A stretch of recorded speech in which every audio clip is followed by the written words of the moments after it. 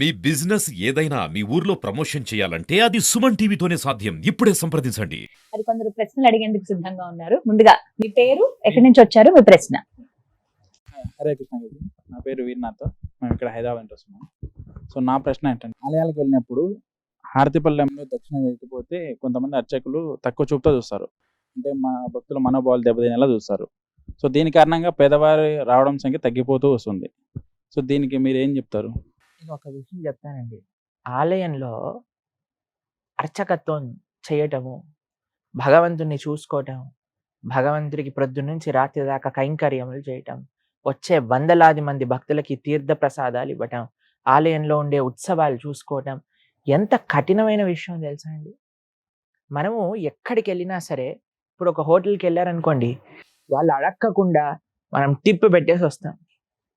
Hotel వాడు ఎంత డబ్బులు అక్కడ వేస్తే హోటల్లో బేరం ఆడతారా మీరు ఎప్పుడైనా? ఇది 250 రూపాయలు కట్టలేను, 200 కడతానండి అంటారా? లేదండి, మేము టిప్ ఇవ్వకుండా హోటల్ నుంచి వస్తారు చాలా మంది. అదొక ప్రెస్టేజ్ గా, తప్పకుండా నేను ఇంత టిప్ ఇస్తాను, పక్కన వాడు ఇంత ఇస్తే నేను ఇంత ఇస్తాను అని పెట్టేసి వస్తాను.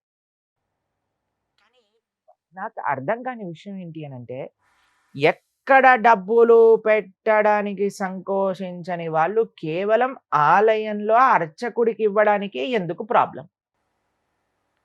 అర్చకుడు ఏదైనా చేసుకోవచ్చండి జీవితంలో. మంచి సాఫ్ట్వేర్ ఉద్యోగం చేయొచ్చు, ఎంతో లెక్చరర్ అవ్వచ్చు, ప్రొఫెసర్ అవ్వచ్చు, ఏదైనా అవ్వచ్చు.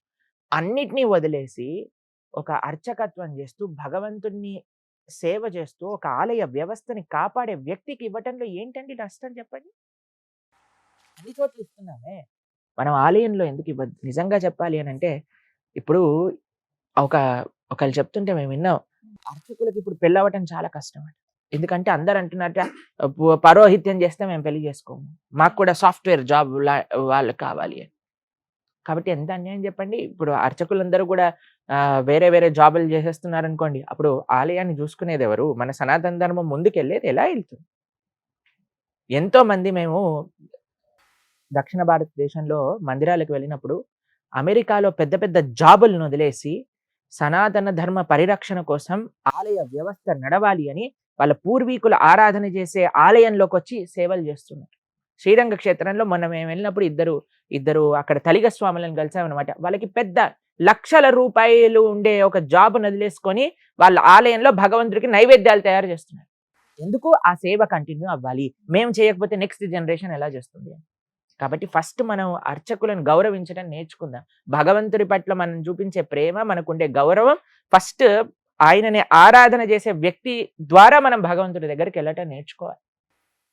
కాబట్టి ఎప్పుడు కూడా చూడండి, ఆయన అవుట్ రైట్ గా మీరు చెప్పినట్టు జనాల్ని కోపం చేయకూడదు, అది కూడా మంచి విషయం కాదు.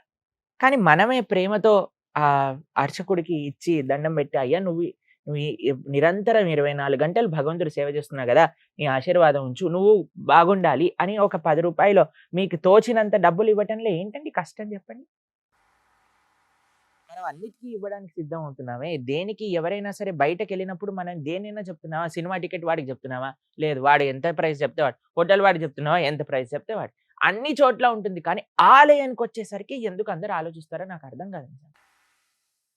కాబట్టి మేము ఎక్కడికి వెళ్ళినా సరే, మీకు ఒక విషయం చెప్తాను, మేము ఎక్కడికి వెళ్ళినా సరే, ఏ ఆలయంలో దర్శనం చేసుకున్నా సరే, నిజంగా చెప్పాలంటే మాకు జేబులు లేవు, డబ్బులు ఉండవు, అయినా సరే మా పక్కనుండే మాతో పాటు వచ్చే భక్తులు నేను అడిగి మేము ఆ అర్చకుడి యొక్క చేతిలో పెట్టి వాళ్ళ ఆశీర్వచనం స్వీకరిస్తాను తప్పకుండా.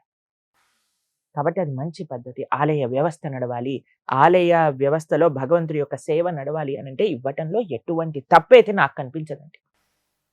మీరేమంటారు? కరెక్ట్. సంతోషం. Right, okay.